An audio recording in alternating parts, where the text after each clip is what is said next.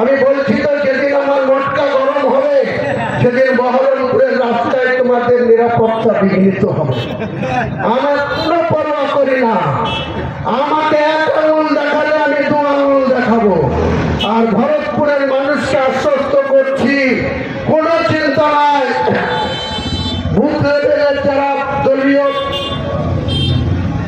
Nominate আছে, যাদেরকে প্রাক্তন ব্লক সভাপতিরা নিয়োগ করে দিয়েছে বিডিওর কাছে, এত কাঁদিয়ার ভরতপুর বড়ুয়া না, গোটা জেলায় লড়বো। ক্ষমতা থাকে ন্যায়ের পক্ষে আমরা লড়বো, সোটের পক্ষে আমরা সাঁতার কাটবো। আর সোটের উল্টো দিকে সাঁতার কেটে কে কতক্ষণ টিকে থাকতে পারে সেটাও আমরা আগামী দিনে পরীক্ষা করতে চাই। অনেক ধৈর্য ধরেছি, সেই ধৈর্যের বাঁধ কিন্তু আস্তে আস্তে ভাঙছে। আমরা কিন্তু কোনো কিছুর বিনিময়ে আমরা এই ভরতপুরের মানুষ এই কাঁদি সাব ডিভিশনের 4টে বিধায়ক সিট আশিস মার্জিত জিতেছিল 30,000 ভোটে, কাঁদির অপূর্ব সরকার জিতেছিল 38,000 ভোটে, জীবন সাহা জিতেছিল 27,500 ভোটে, আর আমি জিতেছিলাম 43,383 মার্জিনে। এটা মানুষের দোয়া ছিল, মানুষের আশীর্বাদ ছিল। এখানে হিন্দু মুসলমানের কষ্টচারী ছিল না। প্রায় 52% মুসলমান আর 48% হিন্দু। ভরতপুর বিধানসভার অনেক হিন্দু ভাই আমাকে ভোট দিয়ে নির্বাচিত করেছে। তাদের কাছে আমি দায়বদ্ধ। তাদের প্রতি কোনো অবিচার হলে, তাদের প্রতি কোনো অন্যায় হলে হুমায়ুন কবির মুখ বুঝে থাকবে না। হুমায়ুন কবির নার পক্ষে রাজনীতি করে, নিজের লুট করে সম্পদ বাড়ানোর জন্য হুমায়ুন কবির রাজনীতি করে না। কাজে হুমায়ুন কবিরকে বেশি পাল্লা নেবা না। এক ঢিল মারলে 2 ঢিল খাওয়ার জন্য প্রস্তুত থাকবা। এক আঙুল দেখালে 2 আঙুল দেখাবো। সেই বিধানসভা হতে পারে, পাশের বিধানসভা হতে পারে। গত 10 দিন ধরে সাংবাদিক বন্ধুদের আমরা দেখছি যে চূড়পুঁটি যাদেরকে মনে করি, সেই চূড়পুঁটিরা আমার বিরুদ্ধে আমাকে শাস্তি দেওয়ার দাবি করে প্রেস বিবৃতি দিচ্ছে। আরে তোদের বুথে ভোট কটা?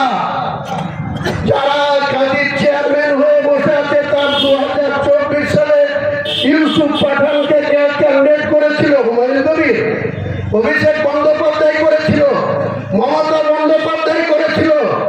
কেন ভোট হলো না? তোমরা 3য় স্থানে কেন থাকলো? ওখানে 1 নম্বর কি করে কংগ্রেস হলো? বিজেপি কি করে 2 নম্বরে আসলো? তোমরা 3 নম্বরে থেকে তোমরা নেতা থাকবা, তোমরা লুটে পুটে খাবা। বহরমপুর পৌরসভা 1,32,000 ভোটের মধ্যে 1,02,000 কত পোল হয়েছিল।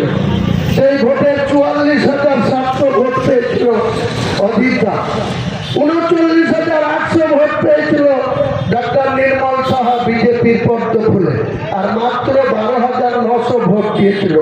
তারা আবার যুব সভাপতি হয়ে প্রেস বিবৃতি দেওয়া করেছে আমার বিরুদ্ধে। বহরমপুরের রাস্তায় যেদিন ধরবো তোকে, তোর কোন দাদা আছে তোকে রক্ষা করবে? ধরবো তো ধরবো, আর মারবো তো মারবো। কেস ওই তো বলছি, সিপিএম এর আমলে 82 দিন কেস খাওয়া আছে। আবার না হয় কিছুদিন জেল খাটবো, কি যায় আছে? বাড়িতে একটু সিজার ভাইদের বাড়িতে এসে একটু আদর পাই, ওখানে জেলখানাতেও বুদ্ধি থাকলে অনেক আদর পাওয়া যাবে, অনেক ব্যক্তি আদর পাই। আমাদের এক কলিগ জীবন শাহ, সে প্রেসিডেন্ট জেলা আছে, এরা গেছিল 1 বছর 1 মাস, সুপ্রিম কোর্ট তাকে রিলিজ করেছিল। গতকালকে তার বেল প্রায় হয়েই যাচ্ছিল, কাল হয়নি, আজকে আবার ছুটি, আবার কালকে ডেট আছে। দেখবেন, শুনতে পাবেন মিডিয়ার মাধ্যমে যে তার বেল হয়ে গেছে, জামিন হয়ে গেছে। কারণ তাকে যেভাবে ধরা হয়েছে, তার বিরুদ্ধে যে চার্জশিট পেশ হয়েছে, তাকে দীর্ঘদিন আটকে রাখার মতো কিছু এভিডেন্স ইডি পেশ করতে পারেনি। তাহলে তো কি হচ্ছে? দলের মধ্যে দলের লোকদের বিরুদ্ধে কি চক্রান্ত চলছে? এসব চক্রান্তের মোকাবেলা সে তো জীবন শাহ, আমি তো হুমায়ুন কবির। আমি জীবন শাহর প্রতি অন্যায় হলে আমি অন্যায়ের বিরুদ্ধে বলি। জীবন শাহ যদি কোনো কারণে কোনো করাপ্টেড থেকে থাকে, কোনো বাজে কাজ করে থাকে, তাকে কি করে সিবিআই অ্যারেস্ট করার পর সুপ্রিম কোর্ট 1 বছর 1 মাসের মধ্যে তাকে বেল দিয়ে দেয় সর্বোচ্চ আদালত। তাহলে এভিডেন্স প্রমাণিত হয়নি। আমাদের পাশের জেলা অনুব্রত মণ্ডল প্রায় 2 বছর 1 মাস, তিনার মেয়েও জেলে ছিল, তিনিও জেলে ছিল। আমাদের দিদি তাকে দিয়েছে আবার স্বমহিমায়, তার রুরাল ডিপার্টমেন্টের তাকে চেয়ারম্যান, তার সিকিউরিটি, তাকে জেলা সভাপতি জায়গা সরিয়ে আবার কোর কমিটির কনভেনার। আর মুর্শিদাবাদ জেলার দিকে যে ভোট করে দেয় তাকে করেছে, বেশ করেছে, মমতা ব্যানার্জি সঠিক কাজ করেছে অনুব্রত মণ্ডলকে এই যোগ্য মর্যাদা দিয়ে। কিন্তু মুর্শিদাবাদ জেলার কাছে এসে 3 নম্বরে যারা থাকবে তারা নেতা হবে কেন? তাদের নেতৃত্ব মানবে কেন?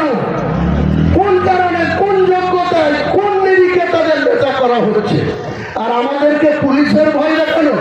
আরে জ্যোতিবাবুর পুলিশের মোকাবেলা করে রাজনীতি করেছি, বুদ্ধবাবুর পুলিশের মোকাবেলা করে রাজনীতি করেছি।